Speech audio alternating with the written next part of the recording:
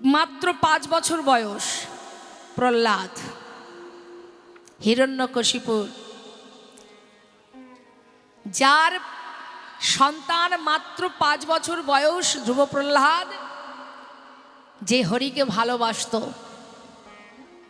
এতটাই ভালোবাসত, নরসিংহ মূর্তি ধারণ করে তার পিতাকে বধ করে উদ্ধার করে মুক্ত করে ওই 5 বছরের ছোট্ট শিশুকে কোলের মধ্যে ভগবান করুণাময় প্রভু নারায়ণ তাকে বুকে জড়িয়ে ধরে বলেছিলেন, ভক্ত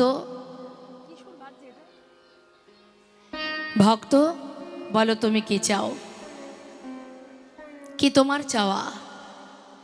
এইটুকু বয়স, 5 বছর বয়স, এই বয়সে তুমি আমায় এত ভালোবাসো, তুমি আমায় বলো তুমি কি চাও? যা চাইবে, স্বর্গ মর্ত পাতাল যা চাইবে আমি তোমাকে তাই দেব। ছোট্ট 5 বছরের শিশু মা, যার পিতা ভগবানকে ভালোবাসত না, অসুর বংশের, যার মা ছিল ধার্মিক, সেই সন্তান সুপুত্র, সে ভগবানের কোলের মধ্যে বসে বলে উঠল, হে প্রভু, তুমি যদি বর দেবে তবে এই বর দাও, এই ধরাতে যতদিন বেঁচে থাকব ততদিন কোনো কিছু তোমার কাছে চাওয়ার যে ইচ্ছা সেটা যেন আমার মনে না জাগে। কোনো দিন কোনো কিছু তোমার কাছে আশা করব, সেই আশাটা যেন আমার মনে না জাগে। শুধু এই আশীর্বাদ করো যেন কোনোদিন কিছু চাইতে না হয়, চাওয়ার ইচ্ছা যেন মনে না থাকে। নামাচার্য হরিদাস ঠাকুর, যার অঙ্গে হাজার হাজার চাবুকের আঘাত, হরিদাস ঠাকুর কেঁদে কেঁদে বলেছিলেন, দয়াময়, শুধু তোমার কাছে একটি বাসনা, আমার জীবনে যত আঘাতই আসুক না কেন আমার কোনো দুঃখ নেই, শুধু তোমার কাছে আমার একটা চাওয়া, আমি যেন তোমার নামটা ভুলে না যাই। এটা হলো ভক্তের চাওয়া মা। আমরাও ভগবানকে ভালোবাসি কিছু পাওয়ার আশায়, কিন্তু প্রকৃত ভক্ত যে হয় তার চাওয়া কেমন হয় এখান থেকেই বুঝতে হবে। বেশি দূর নয়, এখান থেকে মুর্শিদাবাদ জেলা, মুর্শিদাবাদে কান্দি বলে একটি জায়গা আছে। সেই কান্দির মস্ত বড় জমিদার লালাবাবু, যে ধন ঐশ্বর্য, যে কিনা অনেক ধন সম্পদের মালিক ছিলেন, মস্ত বড় জমিদার ছিলেন, এত ধন সম্পদ থাকতেও যে এত সুখ, যে জমিদারি সুখ স্বাচ্ছন্দ্য ভোগ করছিলেন, হঠাৎ করে সর্বস্ব ফেলে দিয়ে একটা ছিন্ন বসন পরে চিরতরে গোবিন্দ ধনে ধনী হবে বলে ভগবানের চরণ পাওয়ার জন্য এই জাগতিক সুখকে তুচ্ছ করে জনমের মতো ঘর ছেড়ে পথে নেমে বৃন্দাবনে চলে গিয়েছিলেন। এটাই তো চাওয়া মা। ভালোবাসতে হলে ভালোবাসার মতো ভালোবাসো, আর এই ভালোবাসার জন্য তোমার ধন ঐশ্বর্য বিষয় সম্পদ টাকা পয়সা কিচ্ছু লাগবে না, শুধু হৃদয় দিয়ে ভালোবাসো, মন দিয়ে ভালোবাসো, আর কিচ্ছু নয়। অন্তর থেকে যদি ভালোবাসা যায় মা, এক ভক্তের কথা আপনাদের বলি মা, ষড়গোস্বামী, আপনারা সবাই জানেন বাবা ষড়গোস্বামীকে। এই ষড়গোস্বামীর মধ্যে এক গোস্বামী যার নাম রঘুনাথ দাস গোস্বামী, জয়রূপ সনাতন ভট্ট রঘুনাথ, শ্রীজীব গোপাল ভট্ট দাস রঘুনাথ। এই রঘুনাথ দাস, যার নিবাস, যদি আপনি কখনো এই বর্ধমান থেকে যদি আপনি নৈহাটির দিকে যান ব্যান্ডেল হয়ে, ব্যান্ডেলের আগের স্টেশন যার নাম আদি সপ্তগ্রাম, একটু মন দেবেন কথার মধ্যে। এই আদি সপ্তগ্রামে মস্ত বড় জমিদার গোবর্ধন দাস, গোবর্ধন দাসের একমাত্র পুত্র সন্তান হলো এই রঘুনাথ দাস। ষড়গোস্বামীর মধ্যে এক গোস্বামী এই রঘুনাথ দাস। এই যে ষড়গোস্বামীর কথা আমরা সবাই জানি, এরা কিন্তু দিনহীন কাঙাল ছিল না মা, সবাই মস্ত বড় বড় জমিদার ছিল, মন্ত্রী ছিল। হ্যাঁ, তাহলে তারা সর্বস্ব পরিত্যাগ করে গোবিন্দ চরণ পাবার জন্য সব কিছু ছেড়ে চলে গেলেন। যারা ভগবত কৃপা লাভ করলেন, সেই রঘুনাথ দাস জন্ম নেবার পর তার মাতা পিতা দুজনে চিন্তা করছেন, আমরা যেমন ভগবানকে ভালোবাসি, আমাদের সন্তানেরও যেন ভগবানের চরণে মতি গতি থাকে। প্রত্যেকটা মা বাবাই চান যে সন্তান যেন ধার্মিক হয়। এখন গোবর্ধন দাস তার স্ত্রীকে বলছে, দেখো, সন্তানকে ভক্তিরাজ্যে প্রবেশ করাতে গেলে যদি তার মধ্যে ভগবত ভক্তি আনতে হয়, তাহলে ঘরে রেখে দিলে কোনো দিন হবে না, তাকে সাধু সঙ্গ করাতে হবে, ভক্তের চরণধুলি মাখাতে হবে এবং কৃষ্ণ কথা হরি কথা শ্রবণ করাতে হবে। ঘরের মধ্যে বসে থাকলে ভক্তি তৈরি হবে না, বৈষ্ণব সঙ্গ করাও। বৈষ্ণবের চরণ রজ অবনীর সুখ সম্পদ শোনো ভাই দে এক মনে, আশ্রয় করিয়া ভজে তারে কৃষ্ণ নাহিতে যে আর সমরে অকারণ।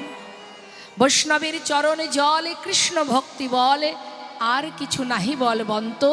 বৈষ্ণবের চরণ রেণু মস্তকের ভূষণ বেনু, আর নাহি ভূষণের অন্ত। যাও, যেখানে সাধু সঙ্গ হবে, যেখানে ভক্তরা বসে বসে কৃষ্ণ নাম শুনবে, সেখানে সন্তানকে নিয়ে যাবে। এই যে আপনারা আজ বসে আছেন, আপনাদের সন্তানও আপনার পাশে আছে। সে বুঝুক বা না বুঝুক, সে কিন্তু এই ধর্মের মধ্যে, এই সাধুগুরু বৈষ্ণবের মাঝখানে বসে আছে। তার নামের একটা ক্রিয়া আছে মা, যেভাবেই আপনি আস্বাদন করান না কেন, হেলায় বা শ্রদ্ধায় যে বা নাম লয়, ক্রমে ক্রমে কৃষ্ণ ভক্তির হয় উপচয়। হরে বল, হরে বল। যেভাবেই নাম তুমি শ্রবণ করো না কেন, বুঝুক বা না বুঝুক, চোখে তো দেখতে পাচ্ছে। এটাই একটু একটু করে তার আগামী ভবিষ্যৎ ভক্তির রাজ্যে, ভক্তির দেশে প্রবেশ করাবে। তাই ছোট্ট শিশু যার জ্ঞান বুদ্ধি হয়নি মা, প্রতিদিন ওই ছোট্ট ছেলেকে নিয়ে তার মা সাধু সঙ্গ করেন। মানে যেখানে হরিনাম হয়, কৃষ্ণ নাম হয়, ভাগবত কথা হয়, সেখানে যায়। বাচ্চা তো কিছু বোঝে না মা, তার মা অল্প ছোট্ট একটি বাচ্চা, অল্প বয়স, কোলে বসে কি করে কিছু তো বুঝতে পারে না, ভাগবত কথা কিছুই বোঝে না।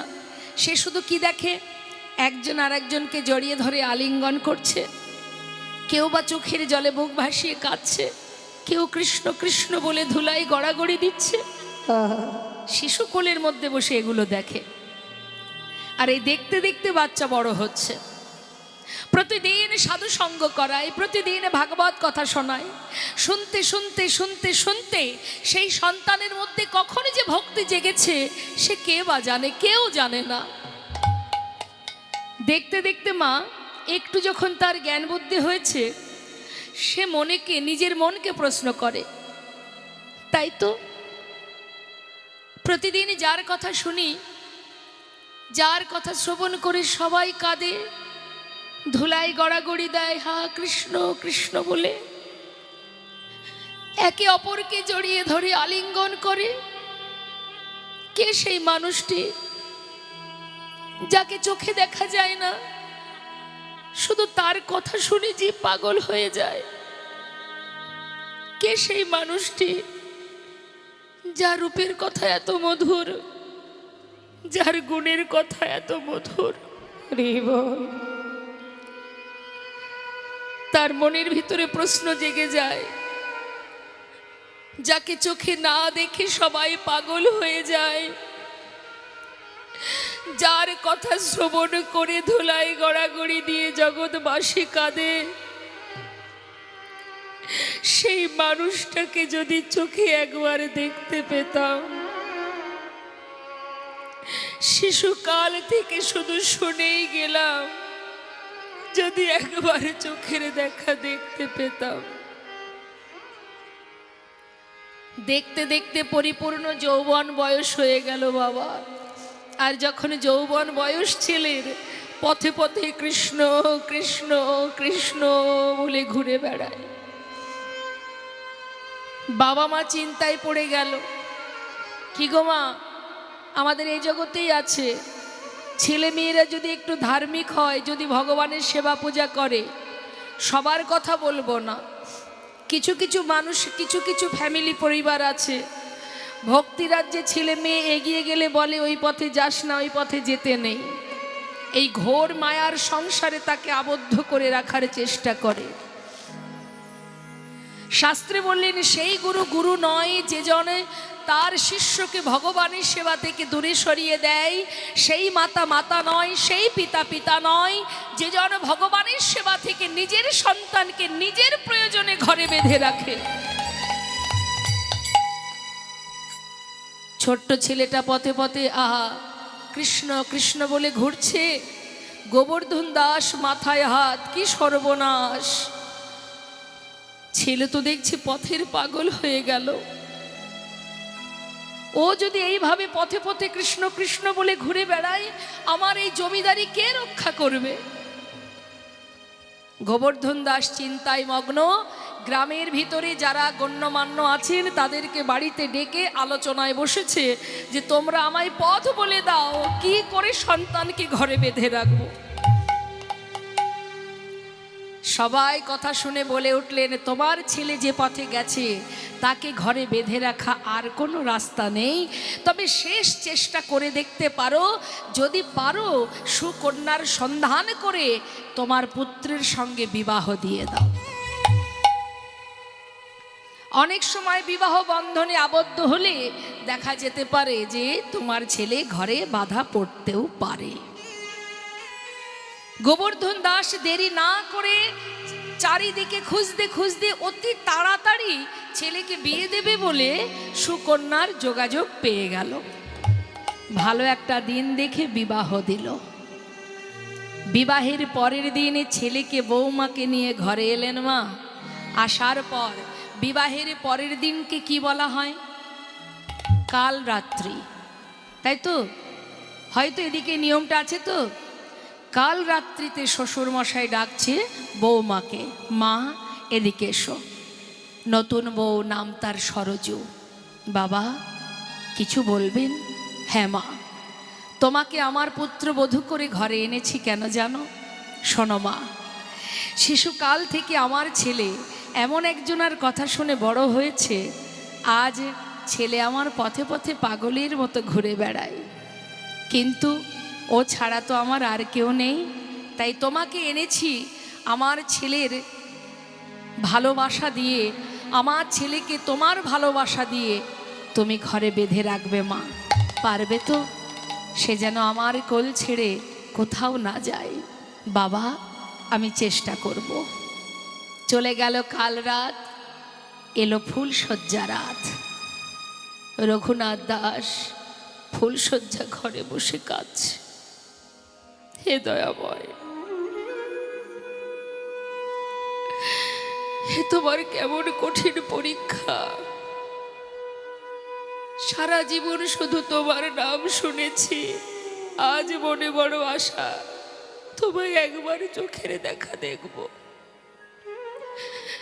কোন কঠিন পরীক্ষায় তুমি ফেলেছ দয়াময়, বিবাহ বন্ধনে আবদ্ধ করলে তুমি, কেমন করে আজ সব কিছুকে ছেড়ে তোমার চরণে পৌঁছাবো প্রভু।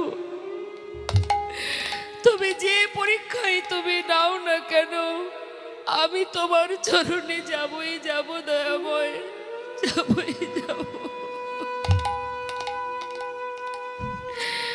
স্বামীর চোখে জল দেখে নতুন বউ সরজু জিজ্ঞাসা করছে, স্বামী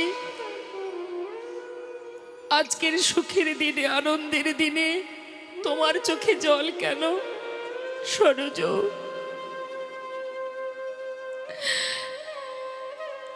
তোমার প্রশ্নের উত্তর আমি দেব, তার আগে দুটো প্রশ্ন করব, উত্তর দেবে। বলো স্বামী। সরজু, বিবাহের পর এই গৃহে তুমি এসেছো, এই গৃহের তুমি কে হও? স্বামী আমি তোমার এই সংসারের কুলবধূ। বেশ, আমার কে হও? আমি তোমার সহধর্মিনী। বাহ, ঠিক বলেছ। আচ্ছা সরজু, যে সহধর্মিণী হয় তার কি করণীয় হয় আমি তো জানি না স্বামী, তবে গুরুজনের মুখে শুনেছি স্বামী যদি ধর্মের পথে যায় সেই পথে সহায়তা করাই সহধর্মিণীর একমাত্র কাজ। সরজু, সঠিক উত্তর দিয়েছে সরজু। তবে শোনো, আজ আমি কাঁদছি কেন জানো? জানো সরজু, শিশুকাল থেকে যখন আমার জ্ঞান বুদ্ধি হয়নি তখন থেকে একটা মানুষের রূপের কথা, গুণের কথা শুনতে শুনতে আমি এত বড় হয়েছি। জানো সরজু, তার রূপের কথা, গুণের কথা, গুণ মহিমা শুনতে শুনতে হঠাৎ কখন মনের মধ্যে বাসনা জেগেছে যে তাকে যদি একবার সাক্ষাৎ দর্শন করতে পারতাম। যখন পথে পথে কৃষ্ণ কৃষ্ণ বলে ঘুরে বেড়ায় আমার পিতা, নিজের প্রয়োজনে রাখবার জন্য জোর করে আমার সঙ্গে তোমার বিবাহ দিয়েছে সরজু। আচ্ছা সরজু, তুমি তো আমার সহধর্মিণী, তুমি পারবে আমার ধর্মের পথে সহায়তা করতে? বলো না সরজু, পারবে তুমি আমার ধর্মের পথে সহায়তা করতে? তুমি পারবে সরজু চিরতরে আজ রাত্রে সারা জীবনের মতো ঘর থেকে আমায় পথে নামিয়ে দিতে? হরি বল। সরজু ফুলশয্যা ঘরে বসে কাঁদছে। স্বামী, এ তুমি কি বললে? এই কি ছিল আমার ভাগ্যে? এখনো তোমার ভালোবাসা আমি পাইনি। আজই আমাদের জীবনের সুখের দিন, আনন্দের দিন, ভালোবাসার দিন। আজ তুমি আমায় ছেড়ে চিরতরে চলে যেতে চাইছো। একদিকে শ্বশুরের বাক্য, মা তুমি তোমার ভালোবাসা দিয়ে আমার ছেলেকে বেঁধে রেখো। একদিকে স্বামীর বাক্য, সরজু চিরতরে আমায় বিদায় দাও। কি করব আমি? কি করা উচিত আমার? নতুন বউ সরজু ঘরের মধ্যে বসে বসে, ফুলশয্যা ঘরে বসে কাঁদছে মা। কিছু সময় পর মনে হলো তার, জগতে সবার কথা অমান্য করা যায়, শ্বশুরের কথাও অমান্য করা যায়, স্বামীর বাক্য লঙ্ঘন করা যায় না। স্বামী, হাত ধরো, চলো তোমাকে পথের বাহির করে দিই। সরজু, তুমি আমায় ঘর থেকে নয়, একেবারে বাহির দরজার বাহির করে দেবে। পারবে তো সরজু? বলো পারবো স্বামী, পারবো।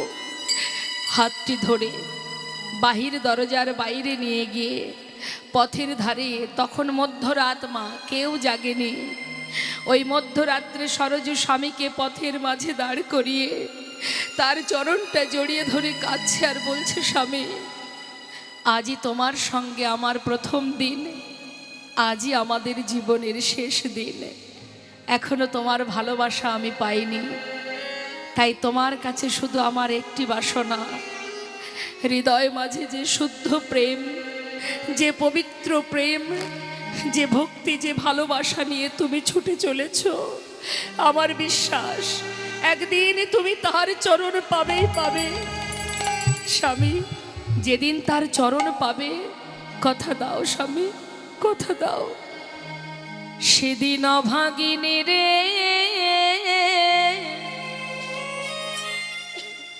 একবার করো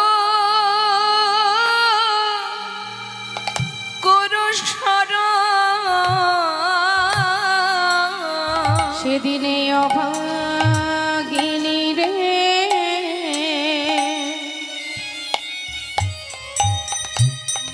একবার করো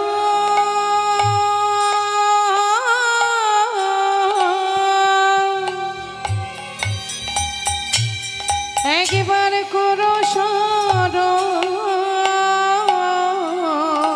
যেদিন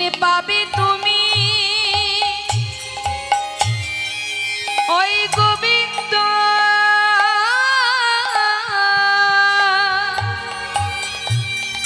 গোবিন্দ চরণ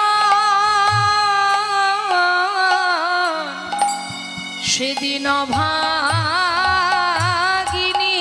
রে একবার করো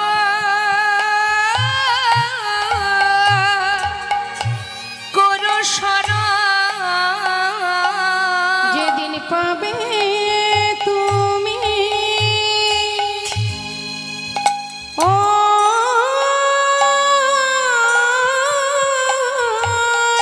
হরিবল হরিবল ওই গোবিন্দ গোবিন্দ চরণ স্বামী তোমার কাছে আমার এই নিবেদন ভাগিনীকে করো শরণ তোমার কাছে এই নিবেদন সেদিনে ভাগিনীকে করো শরণ তোমার কাছে এই নিবেদন যেদিন পাবে তুমি ওই গোবিন্দ চরণ তোমার কাছে এই নিবেদন যেদিন পাবে তুমি ওই হৃদয় গোবিন্দ গৌর চরণ হরিবল গৌর হরিবল হরিবল পাবে তুমি ওই গোবিন্দ চরণ তোমার কাছে এই নিবেদন সেদিনে অভাগিনী রে একবার করো শরণ সেই স্বরগোস্বামীর এক গোস্বামী রঘুনাথ দাস গোস্বামী চিরতরে সর্বস্ব পরিত্যাগ করে মা এত সুখ যার পিতা ছিল মস্ত বড় জমিদার আজ কৃষ্ণ ধনে ধনী হয়ে সব ফেলে চলে গেলেন কোথায় গেলেন নদিয়ার মাঝে গৌর হরির চরণ তলে গৌর হরি বললেন শোনো রঘুনাথ যে ভক্তি ভালোবাসা নিয়ে আমার কাছে এসেছো এই ভক্তি নিয়ে তুমি চলে যাও বৃন্দাবনে অতি শীঘ্রই তুমি গোবিন্দ চরণ পাবে তবে যাওয়ার আগে একটা কথা শুনে যাও তৃণাদপি শুনে চেন তোর উরিব সহিষ্ণ নামানীন মানদেন কীর্তনীয় সদা হরি এই শ্লোকটা গলার মালা করো কি বললেন মা মহাপ্রভু শিখিয়ে দিচ্ছেন রঘুনাথ দাস গোস্বামীকে কি বলছে বলছে তৃণের ন্যায় তৃণাদপি শুনে চেনু তরুরিব সহিষ্ণ না অমানিন মানদেন কীর্তনীয় সদাহরি কথাটা মন দেবেন বৈষ্ণবের স্বভাবটা কেমন হওয়া উচিত মহাপ্রভু শিখিয়ে দিচ্ছে যদি এটা তুমি গলার মালা করতে পারো অতি তাড়াতাড়ি গোবিন্দ চরণ পাবে তৃণের থেকেও নত হতে হবে দুর্বা ঘাসের উপরে দিয়ে যখন আমরা মারিয়ে যাই মোবাইলের লাইটটা বন্ধ করুন তো মোবাইলের লাইটটা বন্ধ করুন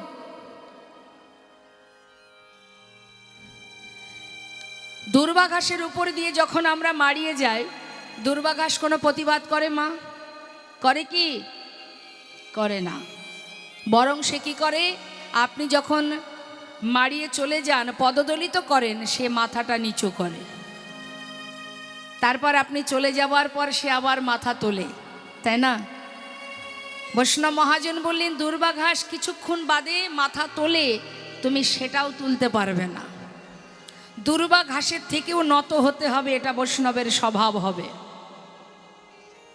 আর কি বৃক্ষের ন্যায় সহিষ্ণুতা থাকতে হবে বললেন একটা বৃক্ষ থেকে আমরা কি করি ফল ছিঁড়ে নিই ডগা কেটে নিই যেমন মনে করুন একটা লাউ গাছ থেকে ডগাটাও কেটে খাচ্ছি আবার ফলও কেটে নিচ্ছি তাই না মা সে কোনো প্রতিবাদ করছে না বৃক্ষ থেকে ডাল কেটে নিচ্ছি তারপরেও আপনি যখন তার গাছের নিচে দাঁড়াচ্ছেন আপনাকে ছায়া প্রদান করছে তা বৃক্ষের ন্যায় সহিষ্ণুতা তোমার মধ্যে থাকতে হবে যখনই আপনি কোনো গাছ থেকে ডগা কেটে নেন কোনো লাউ গাছ থেকে কি হয় সেখান থেকে আবার নতুন ডগা বাহির হয় তাহলে শাস্ত্রে বললেন কৃপা সদা সর্বদাই কৃপা করাই বৈষ্ণবের স্বভাব অপরাধীকেও ক্ষমা করতে হবে সবাইকে ক্ষমা দৃষ্টিতে দেখতে হবে। আর কি অমানিন মানদেন, যাকে সবাই মান দেয় না, সবাই যাকে অবমাননা করে, ঘেন্না করে, তুমি তাকে মান দেবে। এটা বৈষ্ণবের স্বভাব। কীর্তনীয় সদাহরি, সর্বদাই কৃষ্ণ কথা, ভগবত কথা চিন্তা করা। এই চারটে গুণ যদি কারোর মধ্যে থাকে, তার আর কিচ্ছু করতে হবে না, অতি সহজেই গোবিন্দ চরণ পাদপদ্মে পৌঁছে যাবে। আর সেটাই আমাদের মধ্যে নেই বাবা। আছে আমাদের মধ্যে শুধু আছে হিংসা, আর আছে অহংকার। হিংসা আর অহংকার। আর ভগবান সব সহ্য করতে পারেন, অহংকার সহ্য করতে পারেন না। কারোর ভালো হলো আমার হিংসা হলো, কারোর ক্ষতি হলো, কারোর সর্বনাশ হলো, কারোর বিপদ হলো আমার আনন্দ হলো। এটা হয় মানুষের, সবার মধ্যে বলবো না মা। কারোর যদি 1 থেকে 5 তলা বাড়ি হয়, 3 তলা বাড়ি হয়, অটোমেটিকই দেখবেন আপনার শত্রু তৈরি হয়ে যাবে। আচ্ছা বলুন দেখি, দুজন দাঁড়িয়ে আছে, একজনকে প্রশংসা করলে পাশের জনের যদি না করা হয়, সে মনে মনে ভাবে যত প্রশংসা শুধু ওরই করছে, আমার কিছু বলছে না। এটা হলো হিংসা। এই হিংসা যত সময় আমাদের হৃদয় মন্দিরে থাকবে, তত সময় সেখানে ভক্তি থাকবে না। সে তো একেবারে আসন গেড়ে বসে আছে। তা হিংসা যেখানে, সেখানে ভক্তি থাকবে? মহাভারতে চলে যান, সবই বুঝতে পারবেন। হিংসা ছিল কার মহাভারতে? দুর্যোধনের। তাই তো তাকে মরতে হয়েছে মা। আর হিংসা কার ছিল না? পঞ্চপাণ্ডবের। সর্বদাই ভগবান তাদের সঙ্গে থাকতেন, বন্ধুর মতো থাকতেন। তাই হিংসাকে দূর করতে হবে, অহংকার দূর করতে হবে। সব থেকে বড় কথা বাবা, অহংকার যে আমরা করব, আমাদের কি আছে যে অহংকার করব? ওমা একবার চিন্তা করুন তো, কি আছে আমাদের? আমরা যে কোনো কিছু নিয়ে অহংকার করব, অহংকার তারাই করতে পারে যারা ভগবান, যারা কৃষ্ণ ধনে ধনী হয়েছে। এই সাংসারিক যত জীব আছি আমরা কি নিয়ে অহংকার করব বাবা? কি আছে আমার? আসার সময় কিচ্ছু নিয়ে আসিনি, যাওয়ার সময় কিছু নিয়ে যাব না, তাহলে এত অহংকার কোথা থেকে আসে আমাদের? এটা আমার, ওটা আমার। দেখবেন অনেকে বলে আমার 5টা বাড়ি, গ্রামে বাড়ি, শহরে বাড়ি, বিদেশে বাড়ি। একবার মন দিয়ে শুনবেন মা, এটা অহংকারের কথা। আমার এক বলতে 5টা বাড়ি আছে। আচ্ছা বলুন, 5টা বাড়িতে সেই ব্যক্তি কি একসঙ্গে 5টা বাড়িতে থাকতে পারে? থাকতে গেলে তাকে একটা বাড়িতে থাকতে হবে। আচ্ছা বাবা, একটা বাড়ি পুরো জায়গাটা জুড়ে সে থাকে? একটা বাড়ির এক ঘরে যদি একটা পালঙ্ক থাকে, সেই পালঙ্কে থাকে, তাই তো মা? আচ্ছা, যে পালঙ্কে থাকে সেই পালঙ্কের পুরো জায়গাটা জুড়ে থাকে? দেখা যাচ্ছে সেখানেও আবার ভাগিদার আছে, তাই না মা? তাহলে এত অহংকার কিসের? ওই 3.5 হাত জায়গা ছাড়া তোমার আর কিচ্ছু নেই। তাও সেই 3.5 হাত জায়গা তোমায় যদি নিতে হয়, এই বসুমাতার কাছ থেকে 16 আনা দিয়ে কিনে নিতে হবে। যতই তুমি দম্ভ করো, এটা আছে আমার, ওটা আছে আমার, সমাধি দিতে গেলে কি করতে হয়? এই ধরিত্রী মায়ের কাছ থেকে 16 আনা দিয়ে 3.5 হাত জায়গা কিনে তবেই তার কবর দিতে হয়। অত সহজ নয়। তাহলে কিসের এত অহংকার? অহংকার তখনই হয় যদি কৃষ্ণ ধনে ধনী হতে পারে। যে অহংকার করতে পারে কৃষ্ণের প্রিয় বন্ধু, প্রিয় সখা সুদামা, যাকে ভগবান কৃষ্ণ স্বর্ণ প্রাসাদ বানিয়ে দিয়েছিলেন। তাই অহংকার ভগবান সইতে পারেন না। আর একটা জিনিস পারেন না, সেটা হলো কারোর চোখের জল তিনি সইতে পারেন না।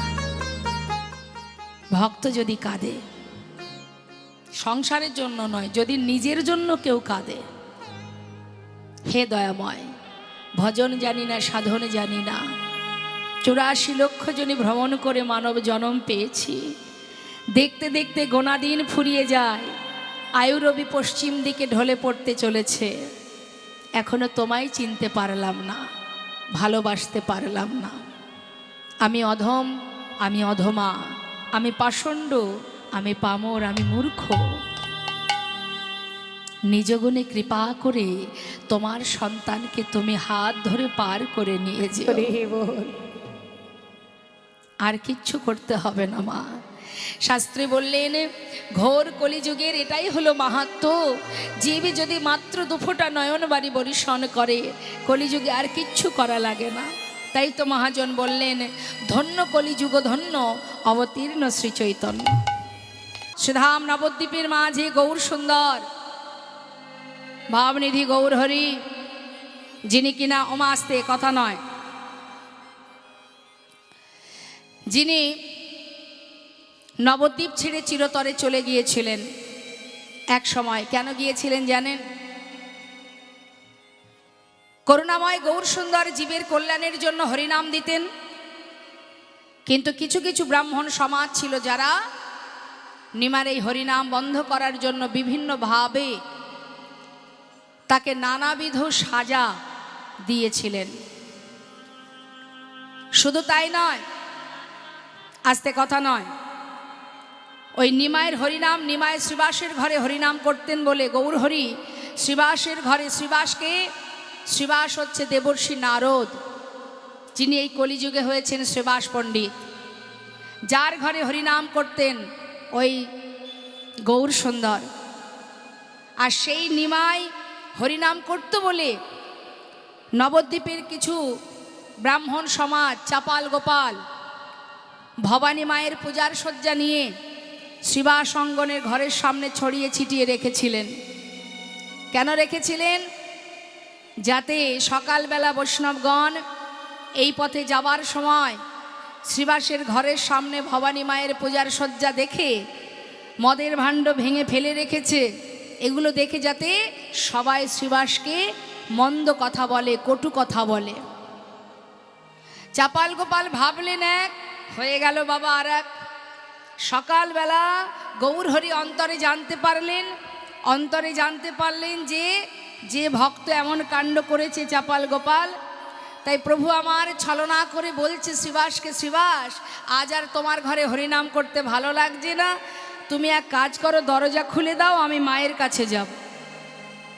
যেই না শ্রীবাস দরজা খুলতে এসেছে, দেখছে মায়ের পূজার সজ্জা, আতপ তণ্ডুল জবা, হ্যাঁ মদের ভাণ্ড সব ছড়িয়ে ছিটিয়ে রেখেছে।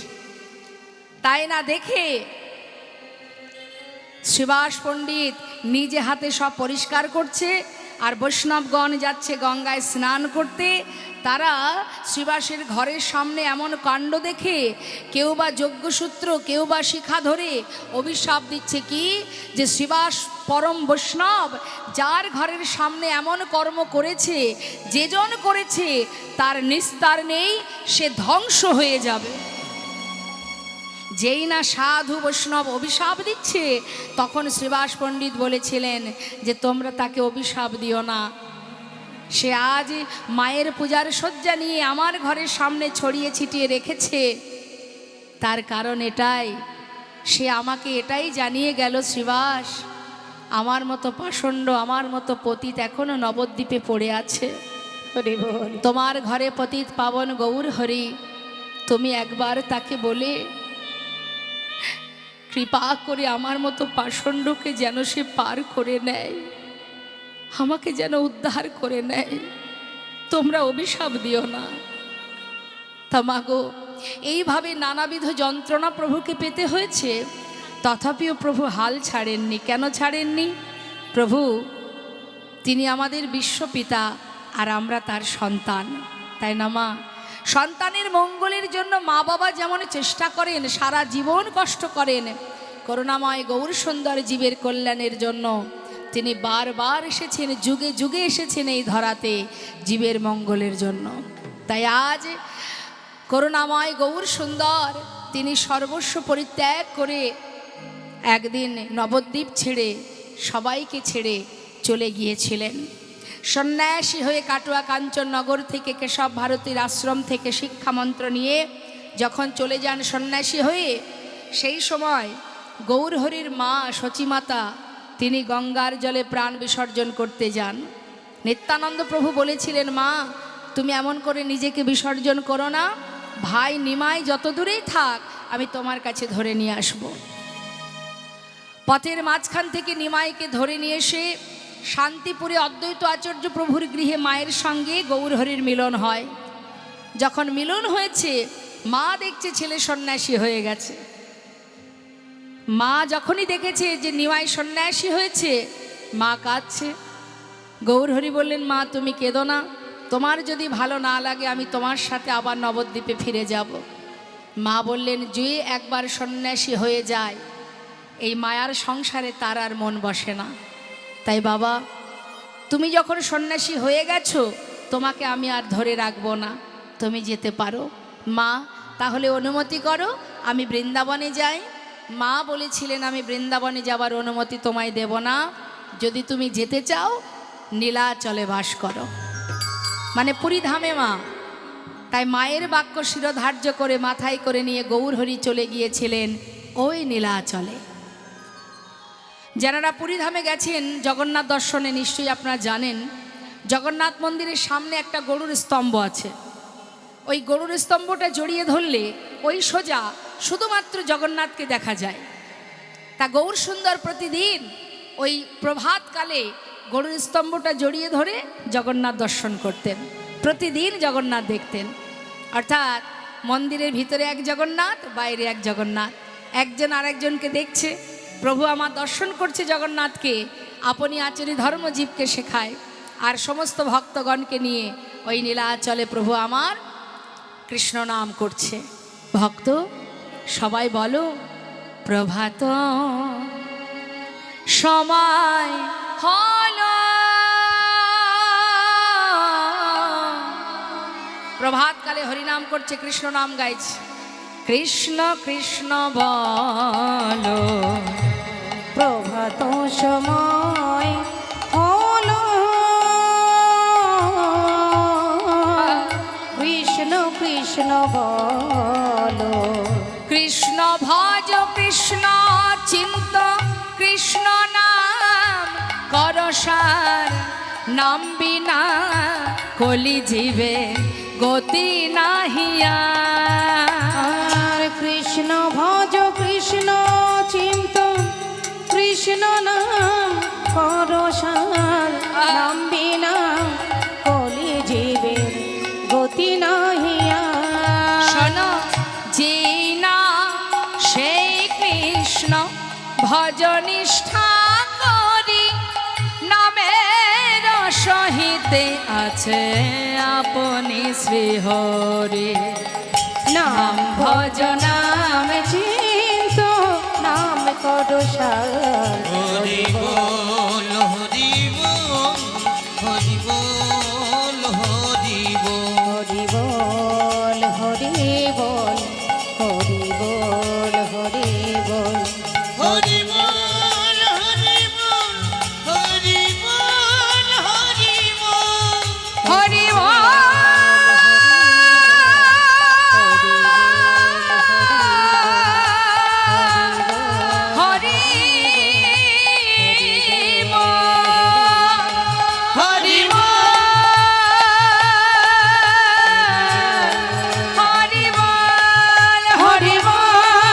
হরি বল হরি বল।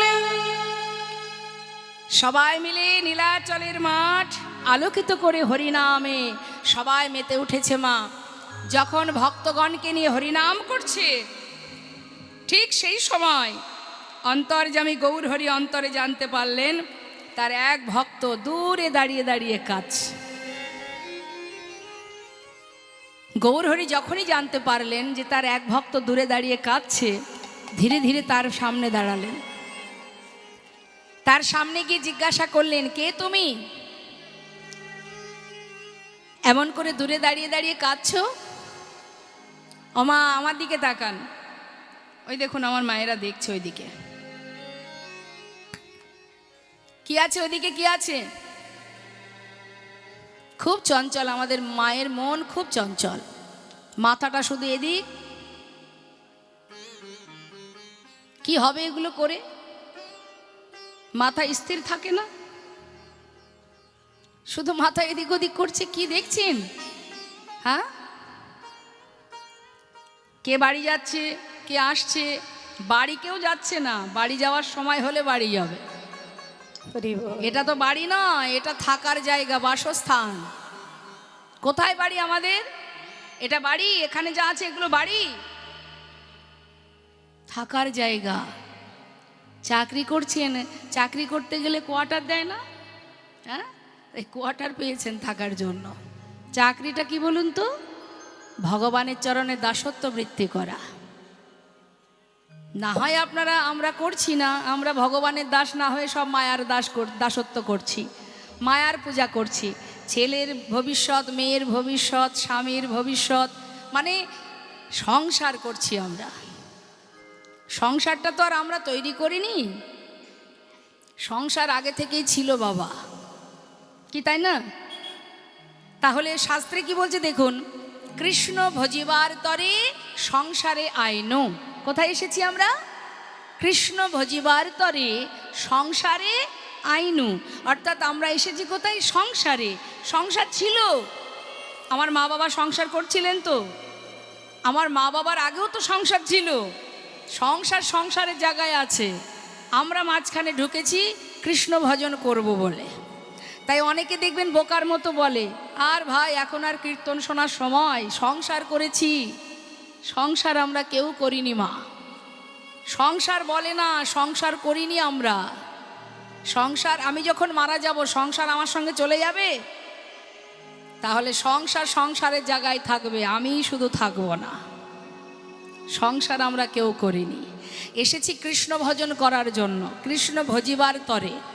ভগবানের সেবা করব বলে এসেছি ভবে, কিন্তু ভগবানের সেবা না করে সবাই মায়ার সেবা করছি। সংসারে ছেলে মেয়ে আত্মীয় পরিজন, পরিবারের সেবা, তার জন্যে কাঁদছি, তার জন্য হাসছি, তার জন্যই সব। যেন মনে হয় এই সংসারই আমার আপন, কিন্তু আদৌ আপন নয়। সংসার যদি আপন হতো, তাহলে যে মায়ের 5টি পুত্র সন্তান, সেই মা নিজে না খেয়ে সন্তান মানুষ করেছে, নিজে না ঘুমিয়ে সন্তানকে ঘুম পড়িয়েছে, সেই মা অবশেষে বৃদ্ধাশ্রমে বসে বসে কাঁদছে। একবার যেয়ে দেখবেন বৃদ্ধাশ্রমে কত মা চোখের জল ফেলছে। ওই দেখুন চলে যাচ্ছে, দেখতে পাচ্ছেন? কেন যাচ্ছে? কৃষ্ণ নাম হরিনাম শ্রবণ করতে গেলে মা সুপাত্রের দরকার হয়, অমৃত নিতে গেলে সুপাত্রের দরকার হয়। পাত্র যদি আপনি তৈরি করতে না পারেন, অমৃত আপনি লাভ করতে পারবেন না।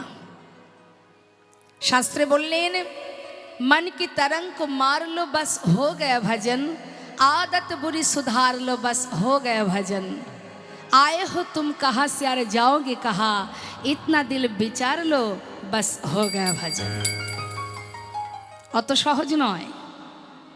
কোথায় তোমার বাড়ি, কোথায় তোমার ঠিকানা, কোথায় আপনার ঠিকানা, কোথায় বলুন? মায়েরা বলুন দেখি, আপনাদের কোথায় ঠিকানা জানেন? কোথায় থাকেন আপনি? আশেপাশে কোথাও হবে, তাই তো? আবার যখন মারা যাব তখন তো আর এখানে থাকবো না, তাই না? তাহলে যেখানে ছিলাম না আর যেখানে থাকবো না, সেটা তো আমার বাড়ি হতে পারে না। নিতাই গৌর হরি বল, হরি বল। এখানে ছিলামও না, এখানে থাকবো না, যেখান থেকে এসেছি সেখানেই ফিরে যাব। তাহলে সেটাই আমার বাড়ি, সেটাই আমার ঠিকানা। এখানকার ঠিকানার আধার কার্ড দেখাতে পারবেন, এই আধার কার্ড ওখানে চলবে না যেখান থেকে আমরা এসেছি। তাই মনে রাখবেন, মাথায় রাখবেন মা, সময় চলে গেলে পাওয়া যায় না। আজ প্রভু আমার ভক্তগণকে সবাইকে নিয়ে হরিনাম গাইতে গাইতে অন্তরে জানতে পারলেন এক ভক্ত কাঁদছে দূরে দাঁড়িয়ে। এই হচ্ছে অন্তর্যামী, যিনি অন্তরের খবর পান। সে কি করেছে? তার কাছে কি জিজ্ঞাসা করছে, কে তুমি, নাম কি তোমার? ওই ঠাকুমাকে বসতে বলুন তো, বসতে বলুন। বসুন বসুন ঠাকুমা বসুন, ডেকে দিন, আমার দিকে তাকাতে বলুন। এই যে আমি, বসুন বসুন বসুন বসুন বসুন, আচ্ছা বসুন। আজকে ভালো একটা দিন তো, পৌষ সংক্রান্তি, তাই না? যাক, তো মা, প্রভু জিজ্ঞাসা করছে কে তুমি, তোমার ঠিকানা কোথায়? প্রভু, আমার নাম গোবিন্দ ঘোষ। কোথা থেকে এসেছো? অগ্রদ্বীপ থেকে। কার কাছে এসেছো? তোমার কাছে। আমার কাছে? কেন এসেছো আমার কাছে? আমি তোমার সঙ্গী হব। যেই না বলেছে আমি তোমার সঙ্গী হব মা, প্রভু মৃদু মৃদু হাসছে, বলছে আমার সঙ্গী হয়েও না। কেন জানো? যারা আমার সঙ্গী হয় তাদের সারা জীবন কষ্ট পেতে হয়। যারা আমায় ভালোবাসে, যে করে আমার আশ আমি তার করি সব নাশ, তথাপিও যে না ছাড়ে আমার পাশ আমি হই তার দাসানুদাস। অতএব আমার সঙ্গী হতে যেও না, ঘরের ছেলে ঘরে ফিরে যাও। ভক্ত বলে উঠলেন আমি তোমার সঙ্গী হব, এটাই যথেষ্ট। তাতে কষ্ট আসুক আর দুঃখ আসুক আর সুখই আসুক, আমি কিছু দেখতে চাই না। আজ থেকে আমি তোমার সঙ্গী হতে চাই, তুমি আমায় তোমার করে নাও প্রভু। বেশ, তাহলে আজ থেকে তুমি আমার সঙ্গী। যেই না ভগবান সঙ্গী করে নিয়েছে মা, প্রভু সঙ্গী করে নেওয়ার পর থেকে শুরু হলো একটার পর একটা পরীক্ষা। জিজ্ঞাসা করছে গোবিন্দ ঘোষকে, গোবিন্দ বলো দয়াময়, এই নীলাচলে জগন্নাথ দর্শন হয়েছে? ও প্রভু, তুমি যার কথা বলছো সে তো কথাও বলতে পারে না, চলতেও পারে না, কিন্তু আমি যে জগন্নাথ দর্শন করছি সে সচল জগন্নাথ, কথাও বলে আবার চলতেও পারে। আচ্ছা, কোথায় দেখলি দেখি, বলো তো কোথায় দেখেছো সচল জগন্নাথ? প্রভু কিন্তু সবই বুঝতে পারছে মা যে তার কথা বলছি, কিন্তু তথাপিও প্রভু পরীক্ষা করছে। গোবিন্দ, কোথায় দেখেছো সচল জগন্নাথ? তুহু জগন্নাথ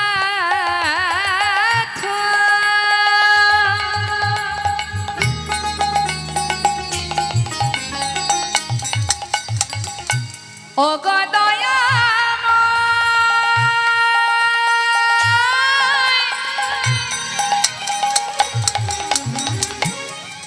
তুমি আমার জগন্নাথ,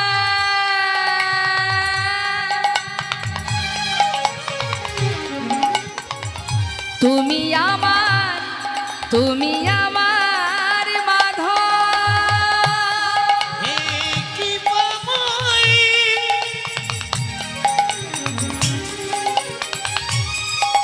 তুমি করুণাময়ী,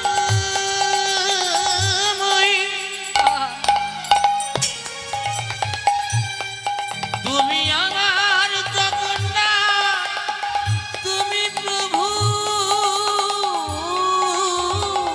তুহু জগন্নাথ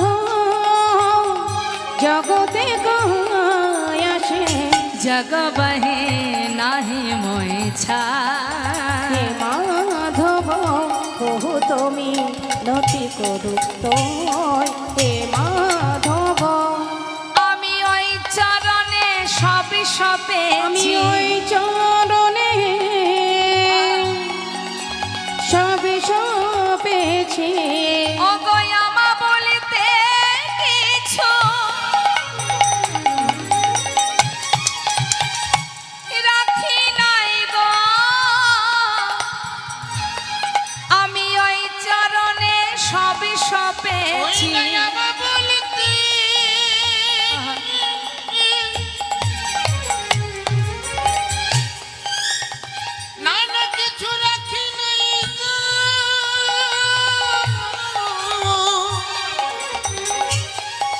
তোমার ওই চরণে সব সুপেছি। প্রভু আমা বলিতে কিছু রাখি নাই গো, গৌর তোমার হলামে বলে। আমা বলতে তাই কিছু গৌর হরি বল, হরি বল। তোমার হলামি বলে, আমা বলতে কিছু রাখি নাই গো, গৌর তোমার হলামি বলে, আমা বলতে কিছু রাখি নাই গো। আমি ওই চরণে সব সুপেছি। এই তুলসী তিল এ দেহ সমার পিল, দয়া যেন না ছোড়হি মোর, হে মাধব। কি করলেন বাবা? নিজের করে সঙ্গী করে নেবার পর পরীক্ষা করলেন যে তুমি জগন্নাথ দর্শন করেছো? বলছে হ্যাঁ প্রভু, তুমি আমার জগন্নাথ, তুমি আমার মাধব, তুমি আমার সব। যেই না প্রভু আমার প্রভুকে বলেছে তুমি আমার জগন্নাথ, গৌরহরি মৃদু হেসে বললেন গোবিন্দ আচ্ছা বেশ, শোনো আজই আমরা নীলাচল ছেড়ে কয়েকদিনের জন্য তীর্থে যাব, তুমি কি যাবে? হ্যাঁ দয়াময়, আমিও তোমার সঙ্গে যাব। সমস্ত ভক্তগণকে নিয়ে এবার নীলাচল ছেড়ে গৌরহরি যাচ্ছেন তীর্থে। হরিবল হরিবল। রাধা কৃষ্ণ মিলিত তনু গৌর সুন্দর। রাধা এবং কৃষ্ণ দুই দেহ এক হয়ে নদিয়ায় গৌর হয়েছে। তাই যদি আপনারা কখনো যুগল দেখতে চান, যদি মনে করেন আমি যুগল দর্শন করব, যদি গৌরহরিকে দর্শন করেন তাহলে একসঙ্গে যুগল দর্শন হয়ে যায়, কারণ একই অঙ্গে দুটো দেহ। গৌরহরি রাধা কৃষ্ণ দুই দেহ এক হয়ে গৌর হয়েছেন। তাই আজ প্রভু আমার সমস্ত ভক্তগণকে নিয়ে নীলাচল থেকে এবার যাচ্ছে বৃন্দাবনের পথে। তা বৃন্দাবনের পথে যাচ্ছে মা মুখে কৃষ্ণ নাম গাইতে গাইতে, আর ভক্তরা যাচ্ছে তারা কি বলতে বলতে যাচ্ছে?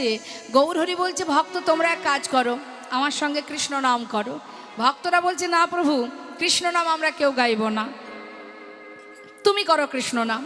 আর আমরা গাইব, তবে আমরা কৃষ্ণ নাম গাইব না, আমরা আমাদের প্রভুর নাম করব, আমাদের কলির ভগবান তার নাম গাইব। মায়েরা বলুন তো কলির ভগবান কে?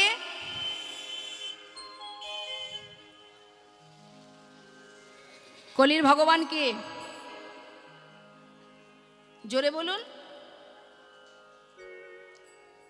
গৌরহরি। তা ভক্তরা যাচ্ছে গৌর বলতে বলতে, আর গৌরহরি যাচ্ছে কৃষ্ণ বলতে বলতে। নিজে কৃষ্ণ হয়ে নিজে কৃষ্ণ বলছে। কেন বলছে? না আমি কৃষ্ণ, কিন্তু আমি যদি কৃষ্ণ না বলি আমার ভক্তরা কৃষ্ণ বলবে না, ভক্তরা উদ্ধার হবে না। তাই নিজে আচরণ করে জীবকে শিক্ষা দিচ্ছে। আর ভক্তরা পাচু পাচু যাচ্ছে কি বলতে বলতে। সবাই একসাথে বলবো, তুলুন সবাই হাত। কষ্ট হচ্ছে না তো? তুলুন। গৌর হরি বল, গৌর হরি বল, হরি বল বলো গৌর হরি বল, বলো গৌর হরি বল, হরি হরি বল। গৌর হরি বল, হরি হরি একবার হরি হরি বল, গৌর হরি বল। গৌর হরি বল, হরি হরি একবার গৌর হরি বল, বল গৌর হরি বল। গৌর হরি বল বলো গৌর হরি বল, একবার গৌর হরি বল, হরি হরি বল। গৌর হরি বল, হরি হরি একবার গৌর হরি বল, গৌর হরি বল। গৌর হরি বল বলো গৌর হরি বল। সবাই মিলে আনন্দ করতে করতে যাচ্ছে মা। কিন্তু হয়ে গেল একটা ঘটনা। কি হলো? ভক্তরা পিছনে পড়েছে আর গৌরহরি আগে আগে যাচ্ছে। এক ভক্ত বলছে দেখ দেখ প্রভু, যদি আগে আগে যাই আমরা তো ঠিকঠাক পথ চিনি না, যদি পথ ভুলে যাই। আর এক ভক্ত বলছে যাচ্ছে যাক না, তিনি তো জানেন আমরা পিছনে আছি, আমাদেরকে না নিয়ে তিনি কোথাও যাবেন না, যাচ্ছে যাক। এখন ভক্তরা পিছনে ছুটছে আর বেশ কিছু দূরে আমার গৌরহরি একা একা যাচ্ছে। গভীর বনের ভিতর দিয়ে পথ ধরে যাচ্ছে মা, মুখে কৃষ্ণ কৃষ্ণ কৃষ্ণ বলতে বলতে। সেখানেও একটা সুন্দর লীলা করলেন আমার গৌরহরি। কি করলেন দেখুন। পথে যাচ্ছে আর বলছে হে কৃষ্ণ, প্রখর রোদ্দুর, কণ্ঠটা শুকিয়ে গেছে, একটু যদি জল পেতাম। মুখে বলছে নিজেই, আর কৃষ্ণ কৃষ্ণ বলতে বলতে যাচ্ছে। এমন সময় দেখছে যে এক গোয়ালা কাঁধে করে বাঁক নিয়ে বাঁকের শিখায় ঘোলের ভাণ্ড সাজিয়ে আসছে। ঘোল নেবে গো ঘোল, আমার কাছে ভালো ঘোল আছে। ঘোল ও নেবে গো? গোয়ালা, হ্যাঁ বলুন বলুন। তোমার কাছে ঘোল আছে? আছে গো। এদিকে এসো, এদিকে এসো। আহা, কৃষ্ণ কৃপাময়, আমি চেয়েছি জল আর আমার জন্য ঘোল পাঠিয়ে দিয়েছে। এসো এসো এসো, এদিকে এসো। সন্ন্যাসীর বেশ মা গৌরহরি, সন্ন্যাসীর রূপ দেখে বলছে ও ঠাকুর, তুমি ঘোল খাবে? দাঁড়াও। বাঁক নামিয়ে এক ভাণ্ড যেই দিতে গেছে, গৌরহরি বলছে শোনো, ওই ছোট ভাণ্ডে আমার হবে না, যেটা বড় ভাণ্ড আছে ওটা আমাকে দাও। আচ্ছা বেশ ঠিক আছে। ছোট ভাণ্ডগুলি নামিয়ে বড় ভাণ্ডটা প্রভুর হাতে দিয়েছে মা। আর গোয়ালা মনে মনে চিন্তা করছে যাক, এত বড় ভাণ্ডের ঘোল যদি এই ঠাকুর সেবা করে তাহলে আমাকে আর বেশি দূর ছোটাছুটি বেচা কেনা করতে হবে না, তাড়াতাড়ি করে বিক্রি করে ঘরে চলে যেতে পারবো। মনে মনে খুব খুশি। দিনটা যে এত ভালো ভাবতে পারিনি। ঘুম থেকে উঠে কার মুখ যে দেখেছিলাম, মনে মনে একা একা বকছে আর বড় ভাণ্ডটা প্রভুর হাতে দিয়েছে। গৌরহরি এক ভাণ্ড ঘোল পুরোটা সেবা করেছে। সেবা করার পর খালি ভাণ্ডটা দিয়ে বলছে, ধরো, কৃষ্ণ কৃপাময়, তোমায় যেন কৃপা করে। গোয়ালা ভাবছে ঠাকুর দামটা বের করুক, আমি ততক্ষণে ভাণ্ডগুলি গুছিয়ে নিই। সে আবার মনের আনন্দে ভাণ্ড গোছাচ্ছে। ভাণ্ড যেই গোছানো হয়ে গেছে মা, হঠাৎ মুখ তুলে দাম নিতে যাবে, দেখছে ঠাকুর চলে যাচ্ছে। চিৎকার করে ডাকছে, ঠাকুর, ও ঠাকুর, ও ঠাকুর। ঠাকুর। গৌরহরি পিছন দিকে তাকিয়ে, ডাকছো? আরে ডাকছো মানে? তুমি ঘোল খেয়েছো, ঘোলের দাম দেবে না? চলে যাচ্ছ যে। ঘোলের দাম? হ্যাঁ। আসলে ও গোয়ালা, আমার কাছে তো কড়ি নেই। এই নেই বললে চলবে না। কড়ি নেই? ও ঠাকুর, তোমার কাছে কড়ি নেই? তুমি আগে কেন বলনি? তাও কিনা বড় ভাণ্ডের ঘোল। হায় হায় পুরা কপাল। ঘুম থেকে উঠে কার মুখ যে দেখেছিলাম, দিন যে আমার অযাত্রা আমি বুঝতে পারিনি। হায় হায় হায়। ঠাকুর, এখন কিনা তুমি বলছো তোমার কাছে কড়ি নেই? যার কাছে কড়ি থাকে না সে, তার আবার ঘোল খাওয়ার শখ আসে কোথা থেকে? তুমি জানো তুমি কত বড় ক্ষতি করে দিলে আমার। গৌরহরি মৃদু মৃদু হাসছে আর বলছে, গোয়ালা শান্ত হও, কেঁদো না, ঘোলের দাম নেবে এই তো। শোনো, আমি তো সন্ন্যাসী, দেখতে পাচ্ছ আমি সন্ন্যাসী, আমার কাছে কড়ি নেই। ওই পিছনে আমার অনেক ভক্ত আসছে, তাদেরকে বলো, তারা তোমাকে ঘোলের দাম দিয়ে দেবে। গোয়ালা বসে আছে মা, আর এদিকে প্রভু চলে গেলেন কৃষ্ণ কৃষ্ণ বলতে বলতে। আর এদিকে গোয়ালা পথের ধারে বসে আছে, ভক্তরা সবাই পিছনে আসছে কৃষ্ণ নাম গাইতে গাইতে। মন লাগুরে, মন লাগুরে, মন লাগুরে, মন লাগুরে, মন লাগুরে, মন লাগুরে, মন লাগুরে, লাগুরে, লাগুরে, মন লাগুরে। হে প্রভু, তোহারি চরণে মন লাগুরে। ওই না তোমারই চরণে মন লাগুরে। তোহারি চরণে মন লাগুরে, মন লাগুরে, এ মন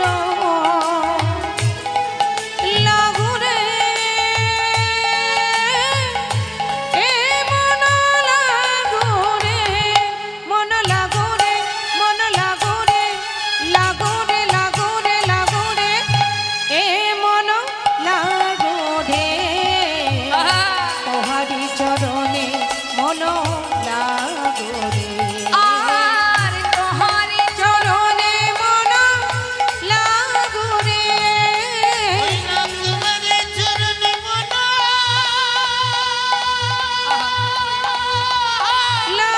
লাগুরে। এই, বন্ধ করো। গোয়ালা পথের ধারে বসে আছে মা, ভক্তদেরকে যেই না দেখেছে হাত বাড়িয়ে বললেন, বন্ধ করো। ভক্তরা চমকে উঠেছে, কি ব্যাপার, কি চাই তোমার? পথের মাঝে বসে আছো। গোয়ালা বলছে, আমি অনেকক্ষণ থেকে বসে আছি, আমাকে ঘোলের দাম দাও, আমি যাই। ঘোলের দাম? কেন তোমার ঘোলের দাম দিতে যাব? কে খেয়েছে তোমার ঘোল? গোয়ালা বলছে, আমি তাকে চিনি না। তোমাদের সঙ্গের সঙ্গী, আমাদের সঙ্গের সঙ্গী।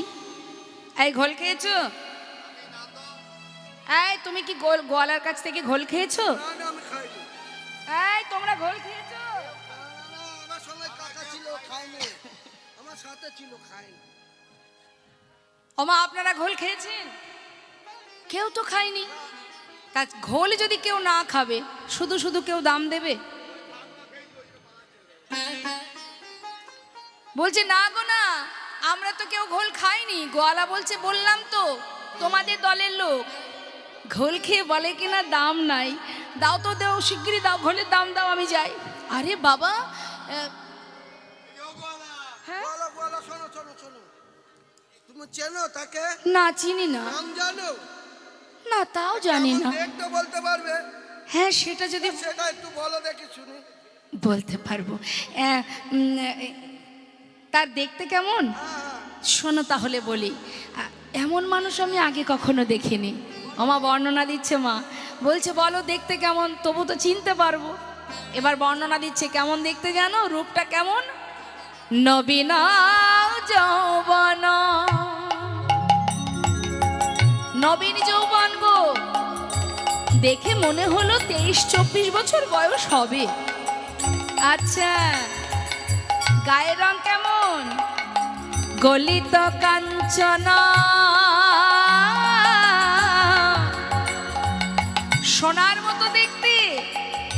আর পরনে কি আছে, পরনে কোটি তটে রাঙাবা।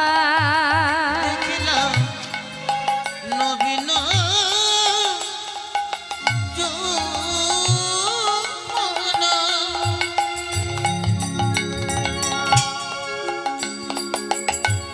গলিত কাঞ্চন, দেখিলাম কোটি তটি রাঙাবাই রাঙাবাই। মুখে কৃষ্ণ বলিয়া নিজে আহা।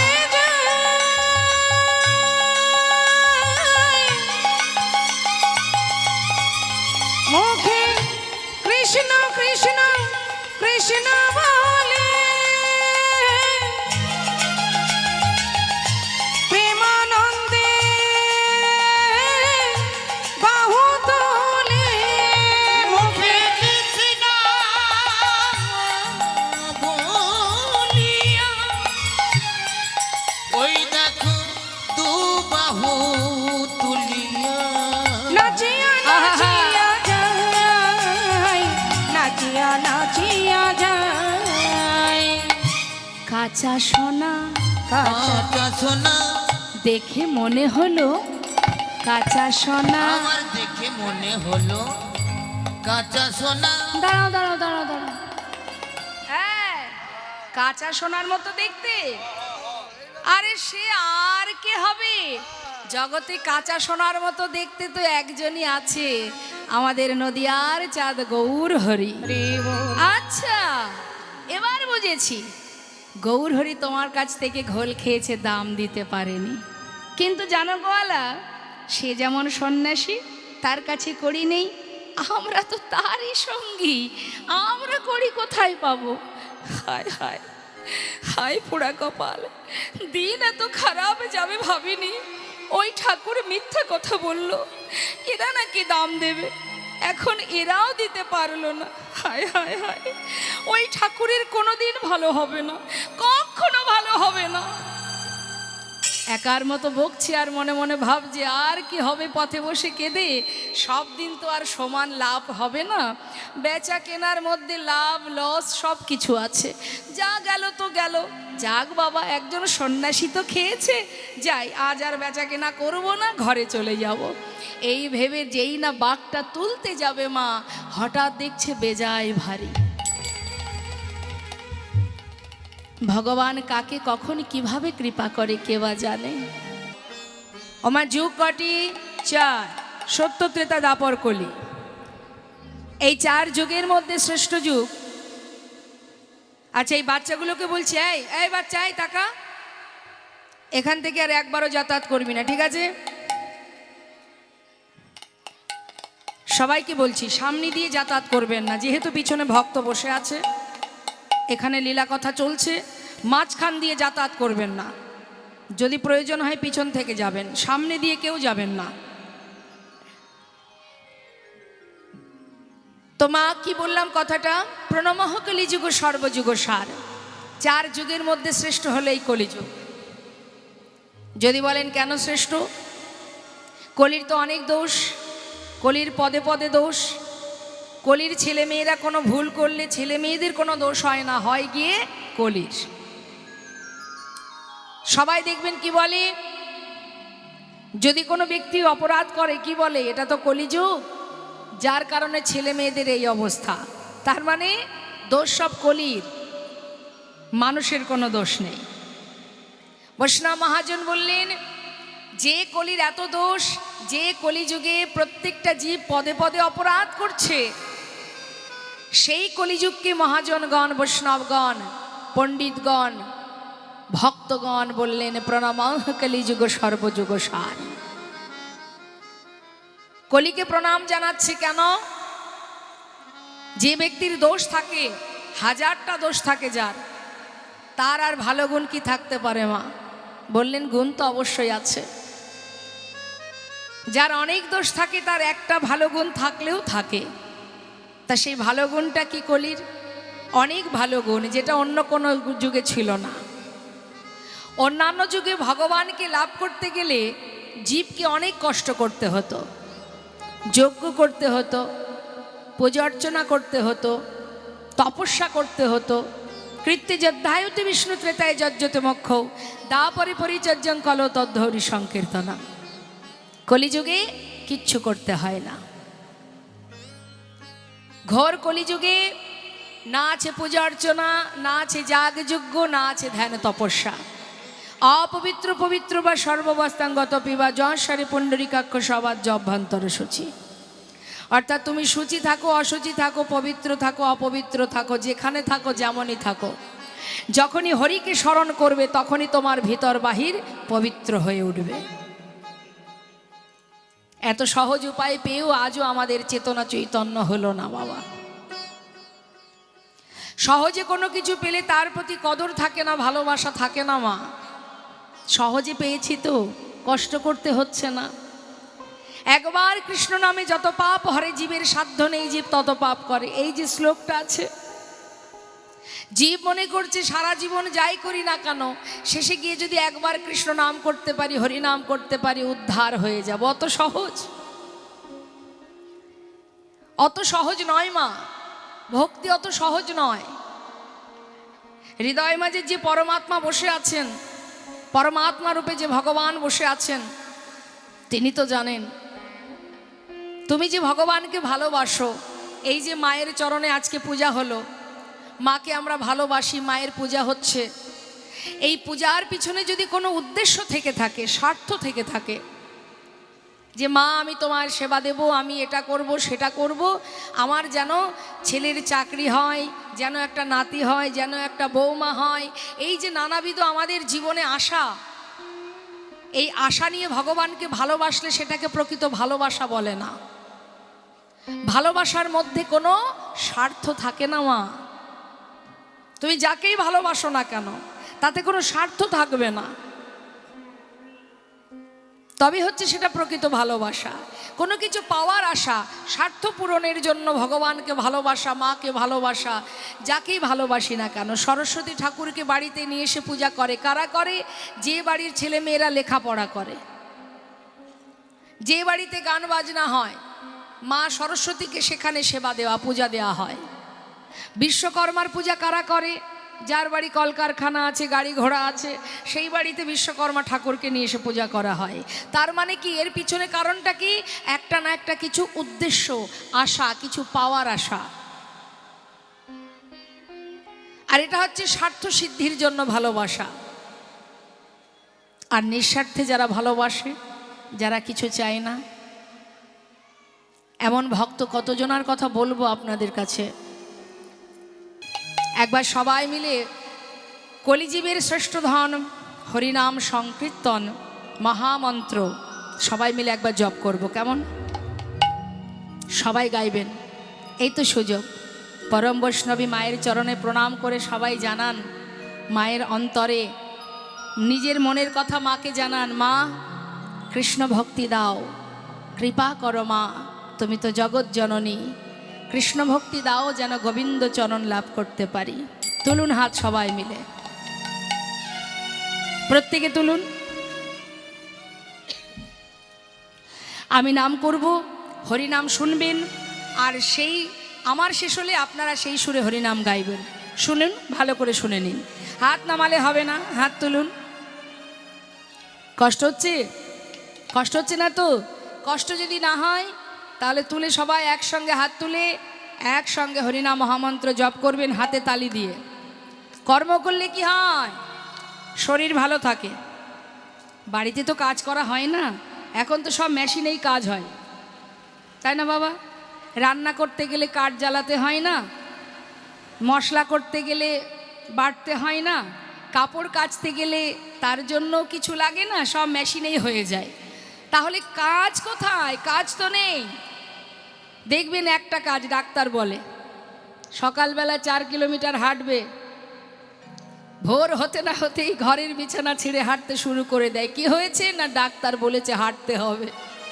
তাই সেখানে কষ্ট না করে এখানে দুহাত তুলে হরি বল বলে হরিনাম করলেও তো ব্যায়াম হয়ে যাবে। তুলুন হাত, তাতে দুটো কাজ হবে, শরীরও ভালো থাকবে, প্রভুর কৃপা হবে। তুলুন হাত।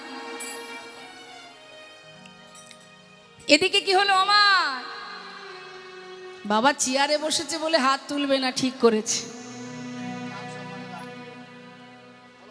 আচ্ছা চেয়ারে বসেছেন, বসুন, হাতটা কোথায়? হ্যাঁ, শীত লাগছে? কাজ করলে শীত লাগবে না, কর্ম করুন, শীত লাগবে না। তুলুন হাত বাবা, সবাই মিলে একবার দুহাত তুলে হরে কৃষ্ণ কৃষ্ণ কৃষ্ণ হরে হরে, হরে রাম রাম রাম হরে হরে, হরে কৃষ্ণ কৃষ্ণ। তালে তালে বলুন।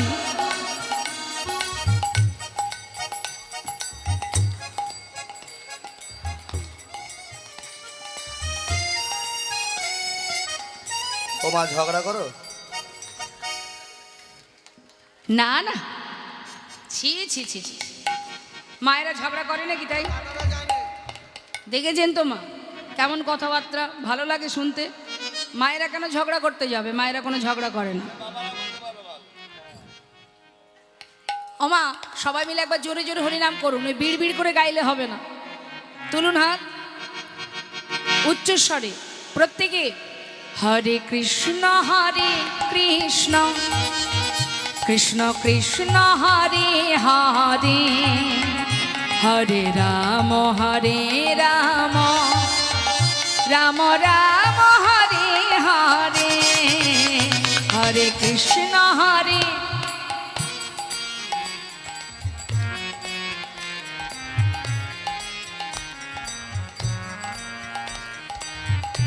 বাবা খুব সুন্দর। হরে কৃষ্ণ কৃষ্ণ কৃষ্ণ হরে হরে, হরে রাম রাম রাম হরে হরে, হরে কৃষ্ণ।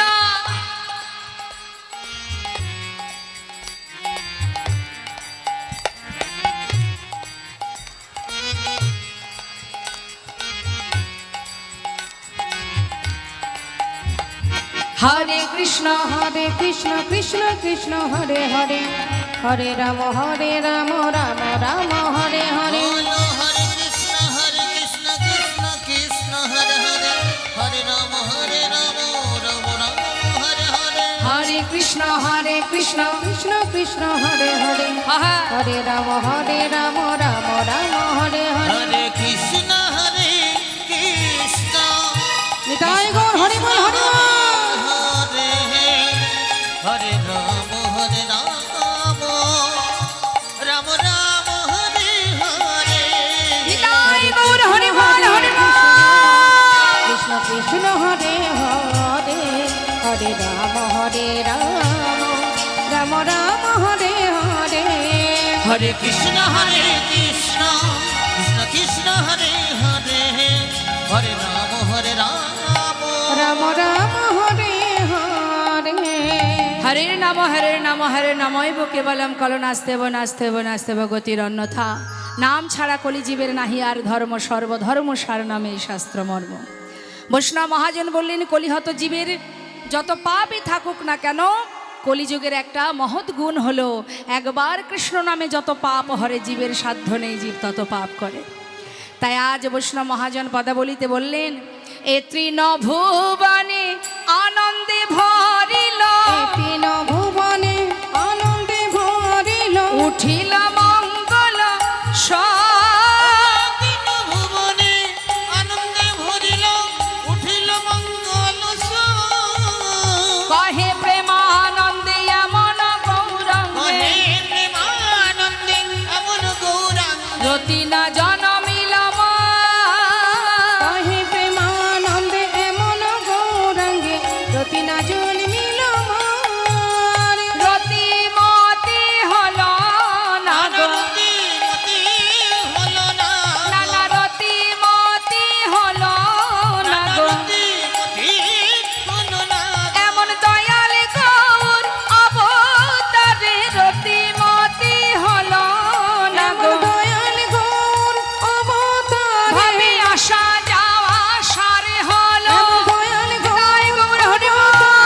আসা যাওয়া সার হলো, রতিমতি হলো না গো। কহে প্রেমানন্দে এমন গৌরাঙ্গে, রতি না জন্মিল মোর। কহে প্রেমানন্দে এমন গৌরাঙ্গে, রতি না জন্মিল মোর।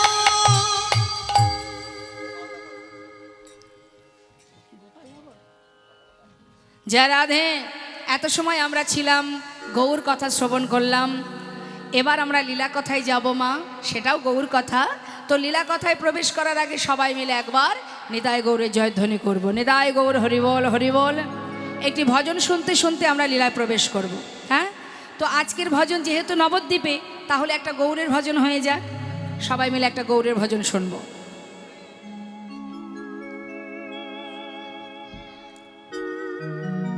সুরধনির কিনারা সোনার নুপুর দিয়া পায়, নাচে না গরি গো সুন্দর গৌরঙ্গরা।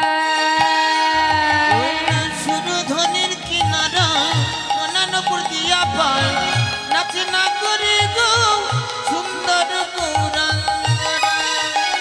আহা সুরধনির কিনারায় সোনার নুপুর দিয়া পায়, নাচে না গরি গো সুন্দর গৌরঙ্গরা। ওই সুরধনির কিনারায় সোনার উপর দিয়া পায়, নাচে না গরি গো সুন্দর গৌরাঙ্গরায়।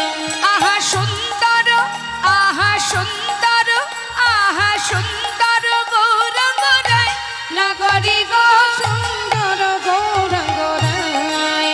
ওই না সুরধনির কিনারায় সোনানপুর দিয়া পায়, নাচে না করে গো সুন্দর গৌরাঙ্গরা।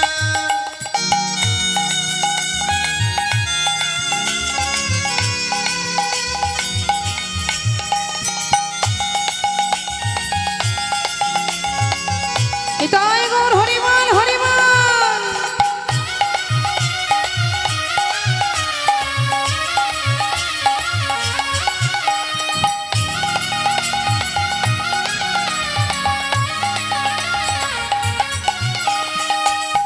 হরিবল হরিবল।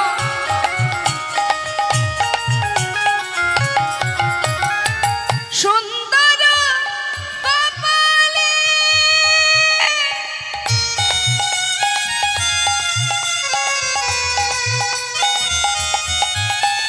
সুন্দর তিলক গো,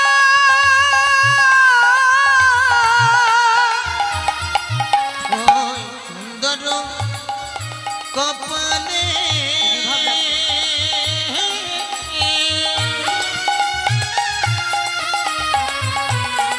আহা গৌরী সুন্দরতী তিলক গো।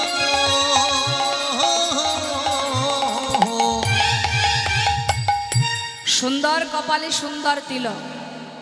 আমরা রূপ নিয়ে অহংকার করি না মা, আমি কত সুন্দর। রূপ নিয়ে অহংকার হয়, শুধু কি আর টাকা পয়সায় অহংকার হয়? রূপেরও অহংকার হয় বাবা। কিন্তু রূপ তো আজ আছে কাল থাকবে না, তাই না?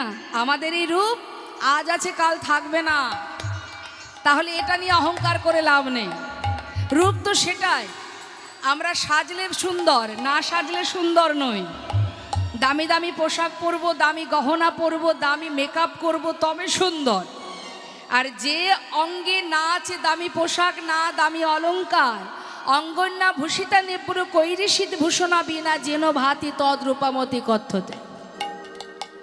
না আছে বসনভূষণ, না আছে দামি অলঙ্কার, তথাপিও সেই দেহ, সেই অঙ্গ সুন্দর হতেও সুন্দরতম দেখায়। যার রূপ দেখলে আবল বৃদ্ধ বনিতা পাগল হয়, যার রূপ দেখলে কত মুসলমান সমাজের ভক্তের কথা বলবো বাবা। সম্রাট আকবর, নাসির মাহমুদ, আব্দুল করিম, কাজী নজরুল ইসলাম, যারা প্রভুর চরণ স্মরণ করে আছেন। চাঁদ কাজী, যার সমাধি আছে দেখবেন নবদ্বীপে যদি যান কখনো, মায়াপুর ইস্কন পার করলেই চাঁদ কাজীর সমাধি। প্রভুকে ভালোবাসে। তাহলে যার রূপ দেখে সবাই ভুলে, ত্রিভুবন ভুলে যায়। প্রকৃত বিচার করলে সেটাই তো হচ্ছে রূপ। তাই বৈষ্ণব মহাজন বলছেন, সুন্দর কপালে সুন্দর তিলক, আর কি আছে গৌর হরির অঙ্গে? আহা সুন্দর একখান, আচ্ছা দেখো সুন্দর একখান নামা বলি গায়, নগরী গো সুন্দর গৌরঙ্গরা। ওই না সুরধ্বনির কিনারায় সোনারপুর দিয়া পায়, নাকি নগরী গো সুন্দর গৌরাঙ্গনা।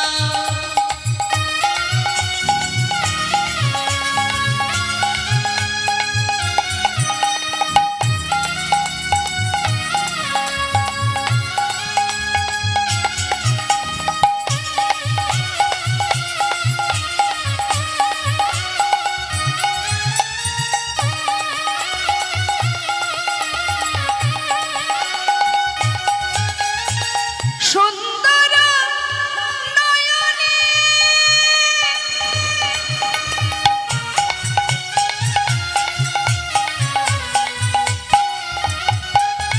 চাই গো রাজার পানে গো,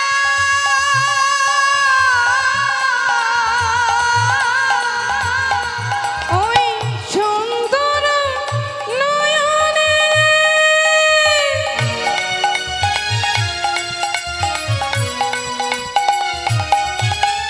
চাই গো রাজার পানে গো।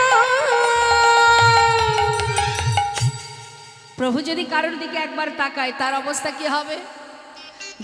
যাকে চোখে না দেখে শুধু তার কথা শোনার জন্য আপনারা ছুটে এসেছেন, কতটা ভালোবেসেছেন যে যাকে চোখে না দেখেও তাকে ভরসা করা যায়, তার নাম শুনতে আপনারা এতটাই আনন্দ, এতটাই খুশি অনুভব করেন। আর সেই মানুষটি যদি একবার কারোর দিকে তাকায়, তার নয়নে যদি আপনার নয়নে পড়ে, দুয়ে দুয়ে চার হলে তার কি হবে? ও তার দেহ ছাইরা, আচ্ছা এই দেহ ছাইরা মনটা লইয়া যায়, নগরী গো সুন্দর গৌরঙ্গরা। ওই না সুরধ্বনির কিনারায় সোনারপুর দিয়া পায়, নাকি নগরী গো সুন্দর গৌরাঙ্গনা। আহা সুন্দর গৌরঙ্গরা, সুন্দর গৌরাঙ্গরা, আহা সুন্দর গৌরাঙ্গরা। দুবাহু তুলে সবাই মিলে বলুন, নবদ্বীপ ধাম কি, গৌর সুন্দর কি, নিত্যানন্দ প্রভু কি, পঞ্চতত্ত্ব কি, সুরধ্বনি গঙ্গা মা কি। নিতাই গৌর হরিবল হরিবল হরিবল।